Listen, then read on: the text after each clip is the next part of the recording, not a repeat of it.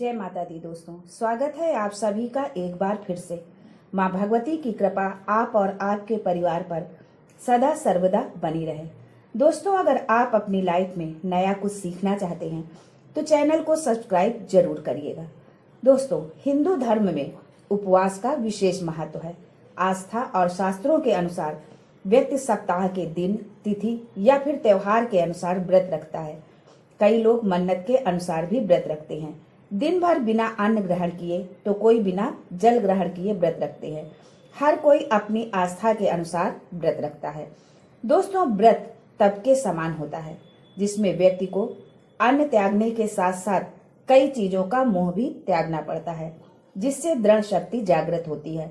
शास्त्रों के अनुसार व्रत करते समय कुछ नियमों का पालन करना चाहिए, वरना व्रत का पूरा फल प्राप्त नहीं होता है। दोस्तों, हिंदू धर्म में 33 कोटि देवी देवताओं की मान्यता है।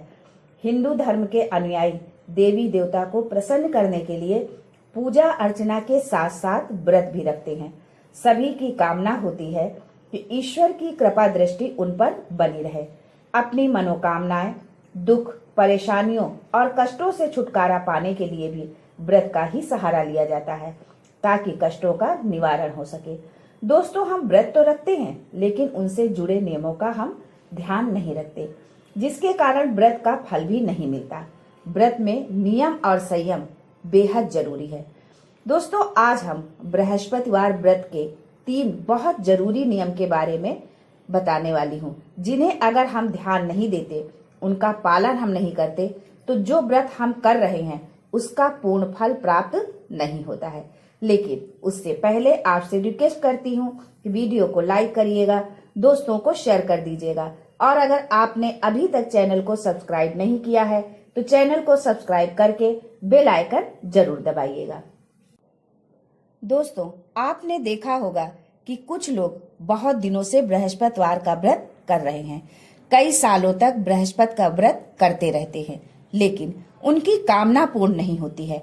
ऐसे में कौन सी गलतियां होती हैं जो हमारी मनोकामना पूर्ण नहीं होती? कहाँ हमसे गलती हो रही होती है जिसकी वजह से उसका पूर्ण फल प्राप्त नहीं होता है? दोस्तों, आज हम बृहस्पति व्रत के 3 ऐसे नियमों के बारे में बताने जा रही हूँ, जिसका पालन यदि आप नहीं करते हैं तो उसका पूर्ण फल आपको नहीं मिलता है। दोस्तों, सबसे पहली बात, जब हम बृहस्पतिवार का व्रत करते हैं, पूर्ण रूप से भगवान विष्णु की पूजा जो करते हैं, पूर्ण श्रद्धा भाव से करें।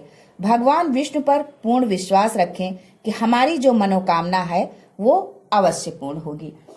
अब बात करते हैं कि कौन से नियम हैं जिनका हम बृहस्पतिवार व्रत में पालन करना चाहिए। सबसे पहला नियम, व्रत का संकल्प लेना।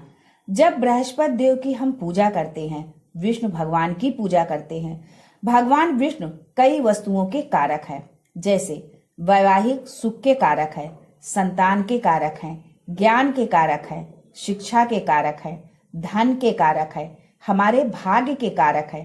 तो ऐसी बहुत सारी चीजों के कर्ता है भगवान बृहस्पति देव। दोस्तों, जब आप बृहस्पति देव का व्रत रखें तो आप किस कामना से ये व्रत रख रहे हैं, ये बहुत आवश्यक है। यदि आप संकल्प नहीं लेते, सिर्फ अपने मन में ही रखते हैं, संकल्प के समय नहीं बोलते हैं, तो वो आपकी कामना पूर्ण नहीं होगी। व्रत का फल तो अवश्य मिलेगा, पर वो किस रूप में मिलेगा, कहाँ मिलेगा और आपको क्या चाहिए, ये सोचकर व्रत की शुरुआत करें। जैसे आपकी धन प्राप्ति की कामना है या संतान प्राप्ति की कामना है, तो जब आप पहले दिन व्रत की शुरुआत करें तो संकल्प लें कि आप धन प्राप्ति के लिए या संतान प्राप्ति के लिए कोई भी एक कामना रखते हुए आपको व्रत करना चाहिए। आपको कितने व्रत रखने हैं ये भी संकल्प आपको लेना है, क्योंकि ऐसे नहीं कि हम कितने भी समय तक व्रत करते रहेंगे। जब आप किसी कामना विशेष से व्रत कर रहे हैं तो संख्या भी निर्धारित करें कि आप कितनी संख्या में ये व्रत कर रहे हैं। दोस्तों, वैसे तो हम कितने भी समय तक व्रत कर सकते हैं, कोई बंधन नहीं है कि 1 साल तक करना है या 2 साल तक करना है, 11 करना है या 21। हम आजीवन भी कर सकते हैं, लेकिन जब हम किसी विशेष कामना से व्रत करते हैं तब संकल्प लेना आवश्यक है कि हम इस कामना से इतनी संख्या में व्रत करना चाहते हैं। और उतनी संख्या पूरी होने के बाद विधि विधान से उस व्रत का उद्यापन करें। उसके बाद ही आपका व्रत पूर्ण होता है। आप उसके बाद चाहे तो फिर से व्रत शुरू कर सकते हैं, लेकिन जितनी संख्या में व्रत का आपने संकल्प लिया है तो उतनी संख्या पूर्ण होने पर व्रत का उद्यापन करना बहुत जरूरी होता है। यदि आप इस तरह से व्रत रखते हैं, एक संकल्प के साथ कामना रखकर, तो उस कामना के पूर्ण होने के बहुत जल्दी आसार बनते हैं। शीघ्र ही वो कामना पूर्ण हो जाती है। दूसरा जो नियम है जिसका पालन करना बहुत जरूरी है। दोस्तों, हम सभी जानते हैं कि बृहस्पतिवार का जब हम व्रत करते हैं तो उस दिन हम बाल नहीं धोते हैं। इसके लिए आप बुधवार को बाल धोएं और बृहस्पति को व्रत रखें। जब हम बुधवार को बाल धोते हैं तब से हमें सात्विक भोजन करना चाहिए। सात्विक भोजन का मतलब लहसुन प्याज ना पड़ा हो, मांस मदिरा का सेवन उस दिन से ना हो। इस तरह से बुधवार के दिन से ही आपको व्रत की शुरुआत करनी है। बुधवार से ही सात्विक भोजन ग्रहण करते हुए, यदि आप शादीशुदा हैं तो आपको बुधवार से ही पूर्ण रूप से ब्रह्मचर्य का पालन करना है। उसके बाद बृहस्पतिवार को व्रत रखना है। बृहस्पतिवार की शाम को जब हम मीठा भोजन करते हैं, शुक्रवार के दिन ही हम नमक खाते हैं। बृहस्पतिवार के व्रत में हम नमक नहीं खाते हैं। कुछ भी पीला भोजन जो भी आप खाते हैं वो मीठा ही होता है। शुक्रवार के दिन जब हम भोजन करते हैं तो ध्यान रखना चाहिए कि शुक्रवार के दिन जो हम भोजन करें वो भी सात्विक ही होना चाहिए। मतलब उस भोजन में भी लहसुन प्याज डला हुआ नहीं होना चाहिए। सात्विक भोजन बुधवार को भी रखना है और शुक्रवार का भी। इस तरह से हमें बृहस्पतिवार का व्रत करना है। दूसरी चीज, शुक्रवार के दिन जब आप सुबह उठकर भोजन ग्रहण करते हैं तो उससे पहले आपको भगवान विष्णु की पूजा करनी है, क्योंकि व्रत आपका तभी पूर्ण होता है जब आप अगले दिन नमक का भोजन करते हैं। इसलिए आपको शुक्रवार के दिन प्रातः उठना है, स्नानादि से निवृत्त होकर भगवान विष्णु की पूजा करनी है, उनसे प्रार्थना करनी है कि जिस कामना से मैंने व्रत रखा है वो कामना मेरी पूर्ण हो जाए। उसके बाद उस दिन भी सात्विक भोजन लेना है। तीसरा जो नियम है वो बहुत जरूरी नियम है। दोस्तों, जब हम व्रत में पूजा करते हैं तो वो किसी भी समय कर लेते हैं, ऐसा आपको नहीं करना है। आपको बृहस्पतिवार का जो व्रत रखना है उसके लिए आपको प्रातः काल उठना है। पूजा का जो समय होना चाहिए वो सूर्योदय के 1 घंटे के भीतर का जो समय होता है उसी में आपको पूजा कर लेनी है। ऐसा क्यों? क्योंकि इस समय गुरु का होरा होता है। हर एक दिन का एक होरा होता है। जैसे मान लीजिए सोमवार का दिन है तो 1 घंटे तक सोमवार का होरा होता है। ऐसे समय में की गई पूजा बहुत शुभ फल देने वाली होती है।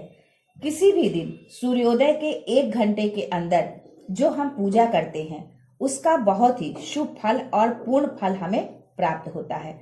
देर से की गई पूजा का हमें उतना फल नहीं मिलता है। हम जितनी देर करते जाते हैं पूजा में उतनी ही हमारी पूजा निष्फल होती जाती है। बृहस्पतिवार ही नहीं, कोई भी पूजा जो आप करते हैं वो उस दिन के होरा में होनी चाहिए, यानी कि सूर्योदय के 1 घंटे के भीतर आप अपनी पूजा पूरी कर लें। दोस्तों, यहाँ एक शब्द आया है होरा, तो होरा के विषय में कुछ संक्षिप्त जानकारी आपको दे दें कि होरा क्या है और इसका महत्व क्या है। होरा ज्योतिष शास्त्र का महत्वपूर्ण अंग माना जाता है। शुभ मुहूर्त के अभाव में कोई मंगल कार्य न रुके, इसके लिए ज्योतिष में होरा चक्र की व्यवस्था बनाई गई है। ऐसा कहा जाता है कि होरा काल में किया गया कार्य शुभ मुहूर्त में किए गए कार्य की भांति सिद्ध होता है। इसलिए होरा शास्त्र को कार्य सिद्ध का अचूक माध्यम माना गया है। सूर्योदय से अगले दिन सूर्योदय तक 24 होरा होती हैं और एक सूर्योदय से एक सूर्यास्त तक होरा की संख्या 12 होती है।